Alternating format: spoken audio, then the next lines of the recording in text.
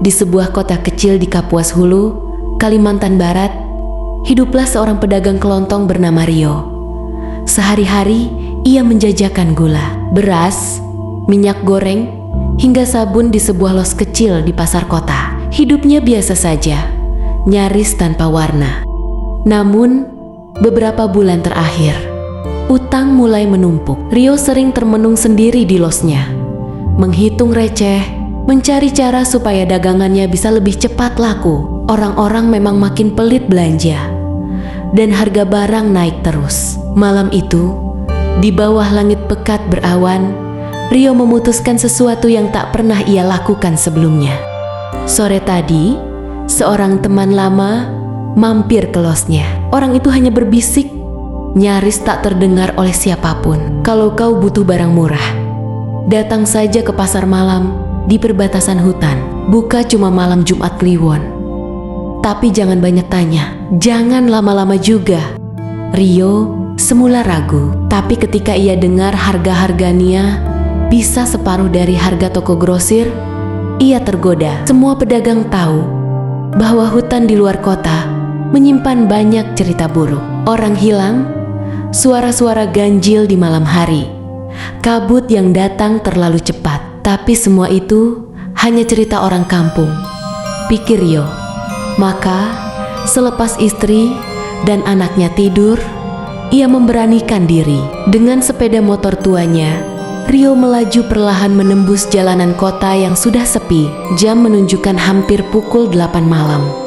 Dan udara terasa lebih dingin dari biasanya. Di kanan kirinya hanya deretan rumah-rumah kayu gelap tanpa cahaya. Di kejauhan, seperti tirai hitam, hutan perbatasan sudah tampak menanti. Jalan tanah mulai terasa di bawah roda motornya. Lumpur melekat dan kabut tipis menggantung di antara batang-batang pohon. Suara jangkrik terdengar jauh, tapi tidak ada suara lain. Tidak ada lampu. Tidak ada tanda-tanda kehidupan. Rio mulai merasa perutnya mual. Entah karena jalanan bergelombang atau karena rasa takut yang baru ia sadari. Tapi tak lama kemudian ia mendengar sesuatu. Suara ramai. Awalnya lirih, seperti orang-orang berbisik. Lalu semakin jelas. Suara para pedagang berteriak menawarkan dagangan mereka. Suara anak-anak berlari sambil tertawa. Suara orang-orang tawar-menawar seperti di pasar kota. Padahal di sekitarnya hanya ada kegelapan pekat. Rio menghentikan motornya. Ia memicingkan mata, menoleh ke kiri dan ke kanan.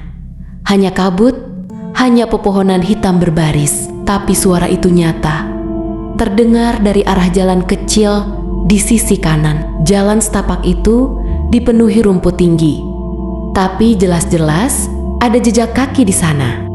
Rio menarik napas panjang. Tangannya gemetar saat ia mendorong motornya menuruni jalan setapak itu. Semakin ia mendekat, suara pasar semakin jelas. Bahkan mulai tercium bau gorengan panas, bau buah-buahan segar, dan bau amis ikan asin. Tak lama kemudian, di balik kabut, cahaya-cahaya kecil mulai muncul. Lampu petromas, obor, lentera minyak. Dan benar saja, sebuah pasar terbentang di hadapannya. Puluhan lapak berjajar rapi, dipenuhi orang-orang yang lalu lalang. Semua sibuk dengan urusannya masing-masing. Tapi Rio sempat berhenti. Ada yang aneh, orang-orang itu tidak menoleh padanya sama sekali. Bahkan ketika motornya nyaris menyenggol salah satu lapak, tak seorang pun memperhatikannya. Mereka hanya terus menatap lurus ke depan, mengaduk sayur, menjajakan ikan, melayani pembeli. Rio menelan ludah, tapi ia mencoba menguatkan diri. Bagaimanapun juga, ia datang untuk berbelanja. Ia memarkirkan motornya di pinggir jalan tanah dan mulai melangkah masuk ke antara kerumunan itu. Dalam hatinya ia berkata pada diri sendiri, ini hanya pasar. Hanya pasar biasa, tak ada yang perlu ditakutkan. Namun, langkahnya terhenti ketika ia menyadari sesuatu. Semua pembeli yang ia lihat adalah orang-orang asing, bukan wajah-wajah orang kota yang biasa ia temui. Dan lebih aneh lagi, suara mereka terdengar seperti berbisik dalam bahasa yang sama sekali tidak ia mengerti. Rio berdiri mematung.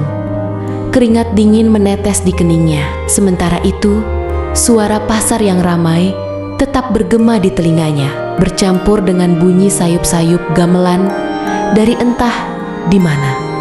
Ia belum tahu bahwa malam itu adalah awal dari sesuatu yang jauh lebih buruk daripada sekadar harga murah.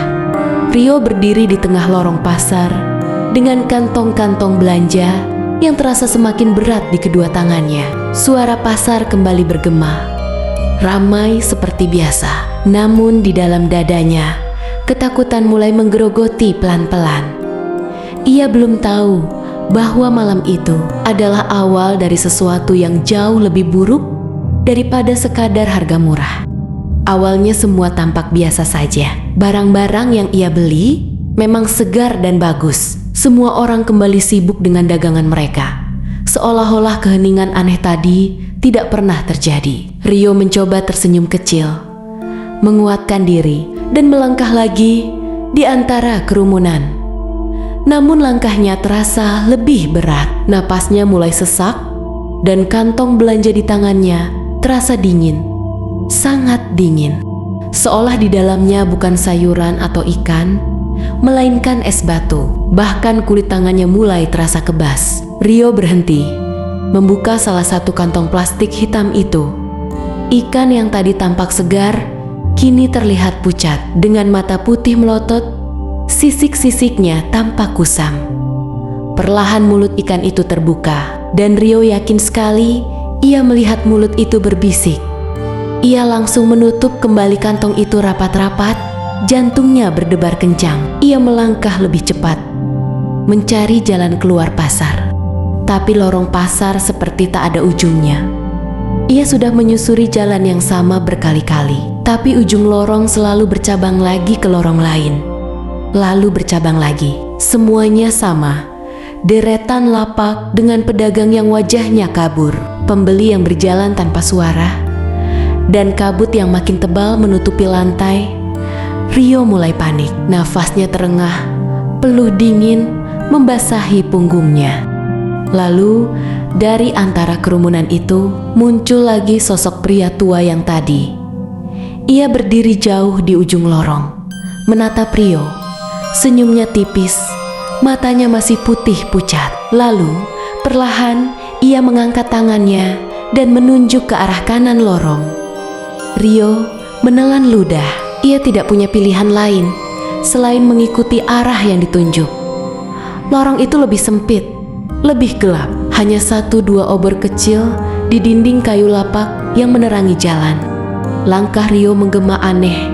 Di tanah becek bercampur suara gemericik air entah dari mana.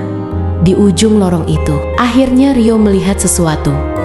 Sebuah gapura kayu tua dihiasi janur kering. Di atasnya tergantung sebuah papan bertuliskan huruf yang tidak bisa ia baca. Di balik gapura itu, kabut tampak lebih pekat dan hanya ada satu jalan kecil yang masuk ke dalam hutan.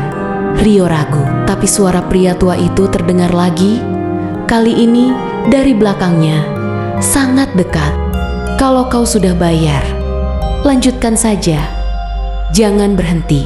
Rio berbalik, tapi lorong di belakangnya sudah kosong. Tak ada siapa-siapa.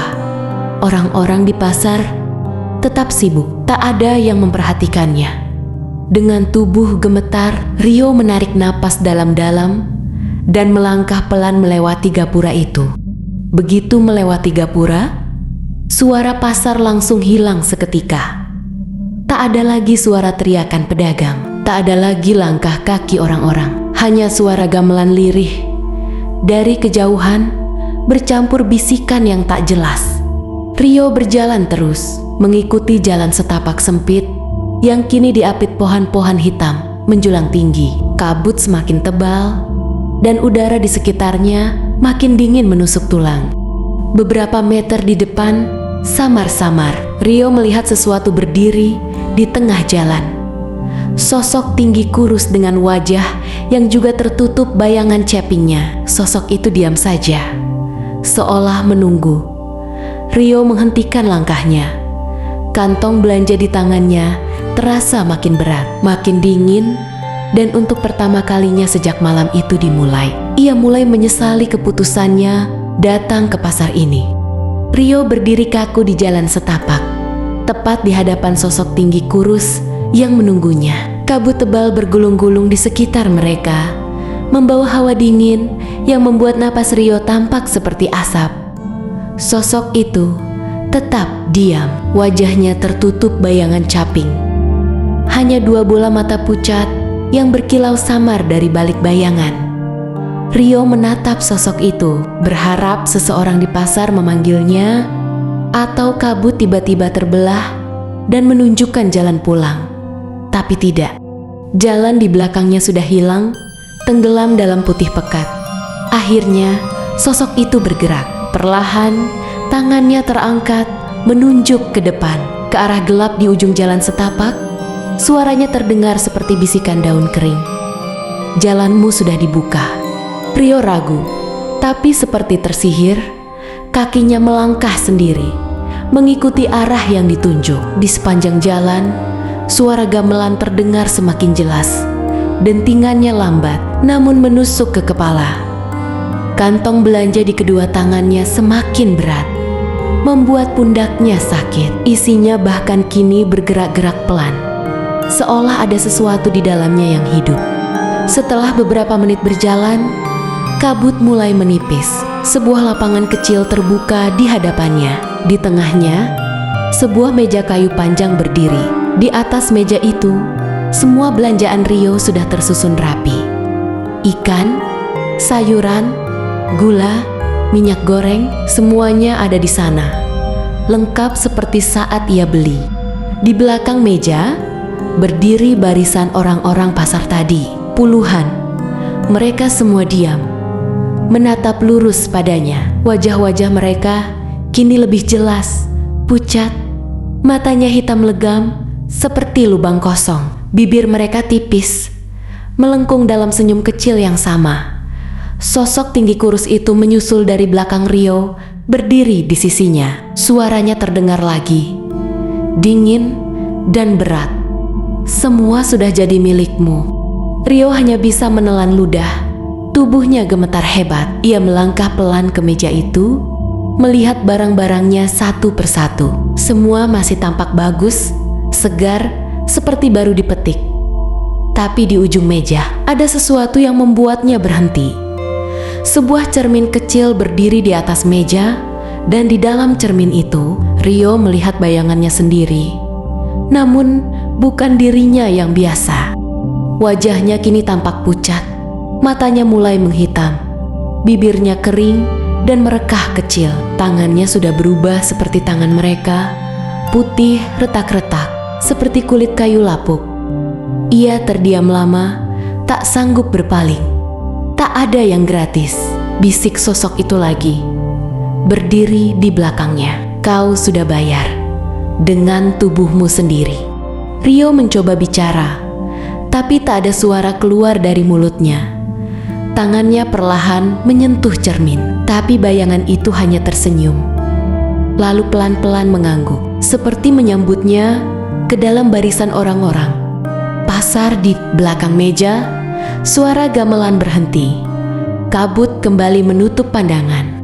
Dan sekejap kemudian, Rio kembali berdiri di jalan kota. Di depan los pasar miliknya, belanjaannya sudah di tangannya lagi, lengkap, segar. Orang-orang di pasar kota menatapnya sebentar, lalu berlalu, seperti tak ada yang aneh.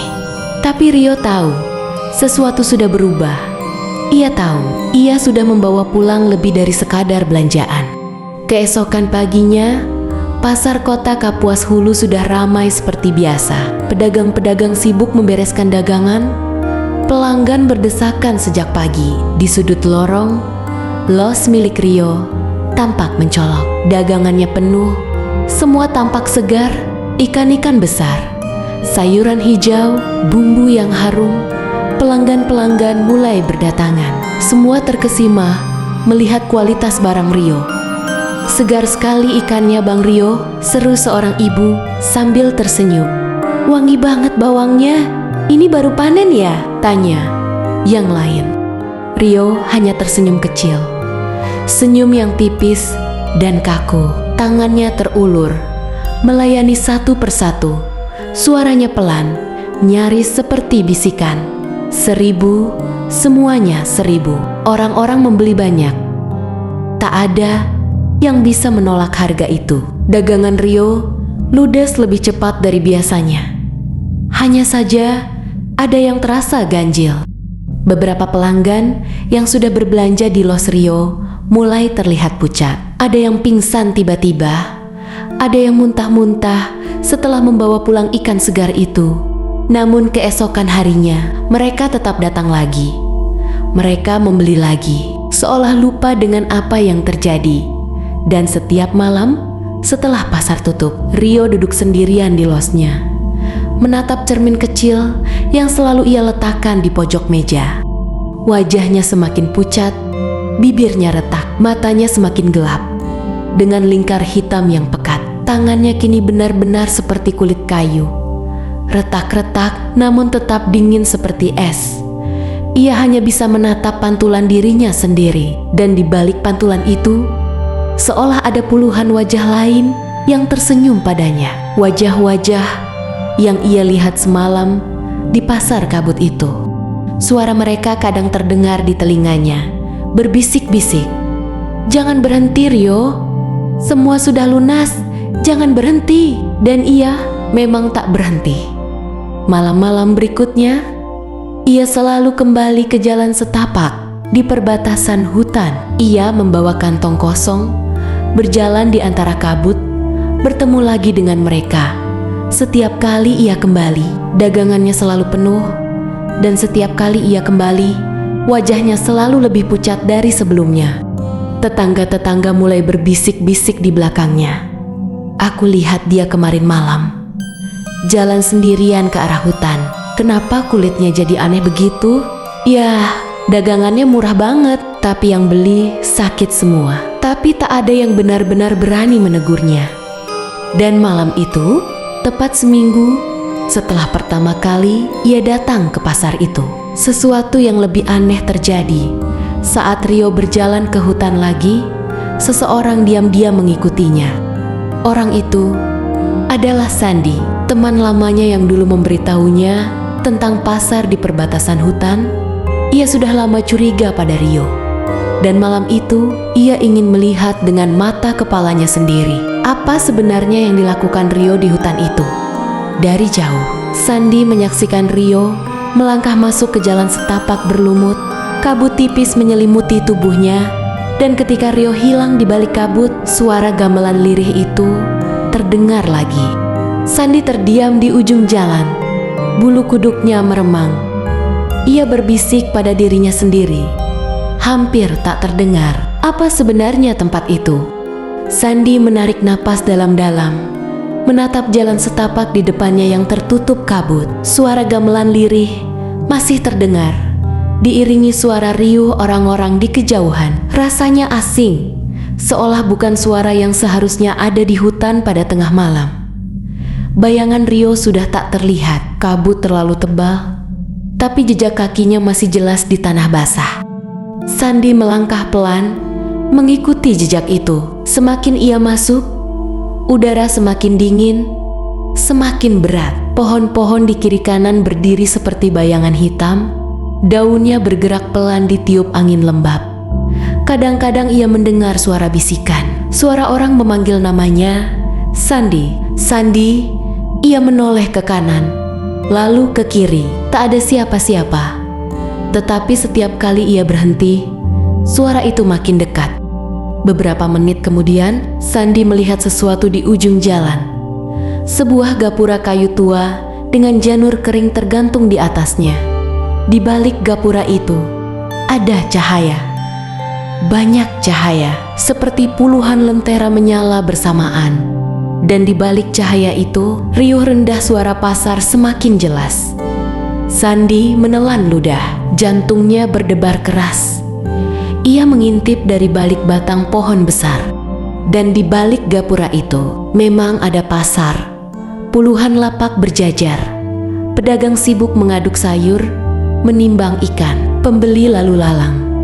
Semuanya tampak pucat dan tak memperdulikan siapapun di sekitarnya. Di antara mereka, Sandi melihat Rio. Rio berdiri di salah satu meja kayu, menerima kantong-kantong hitam dari pedagang lain. Wajah Rio tampak berbeda, lebih pucat, lebih gelap di matanya. Bibirnya pecah-pecah, tetapi ia tersenyum. Senyum itu tipis, dingin, seolah ia benar-benar menikmati tempat ini. Sandi ingin memanggilnya, tapi saat ia hendak membuka mulut, puluhan kepala di pasar itu serempak menoleh ke arahnya. Sandi tertegun.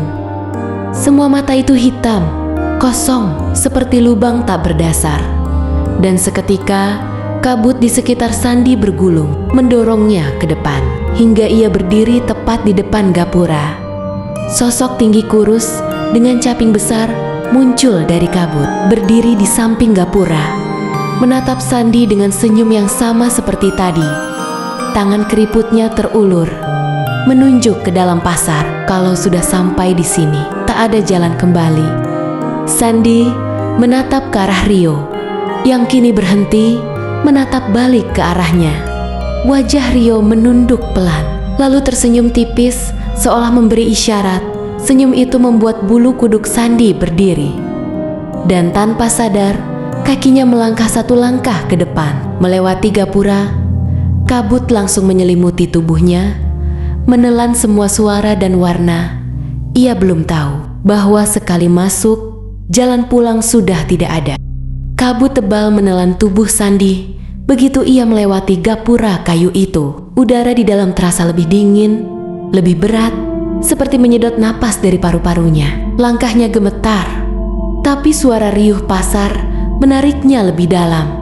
Di depannya, kerumunan orang-orang pucat itu kembali bergerak. Mereka sibuk dengan dagangan, berbicara dalam bisik-bisik bahasa aneh yang tak dipahami Sandi. Suara gamelan terdengar sayup, seakan berasal dari bawah tanah. Dan di tengah lorong pasar itu, Rio berdiri. Ia menatap Sandi, masih dengan senyum tipis yang sama. "Kau datang juga," bisik Rio. Sandi ingin bertanya, ingin marah, ingin memaksa Rio pulang bersamanya. Tapi tubuhnya tak sanggup bergerak, hanya matanya yang bisa melihat.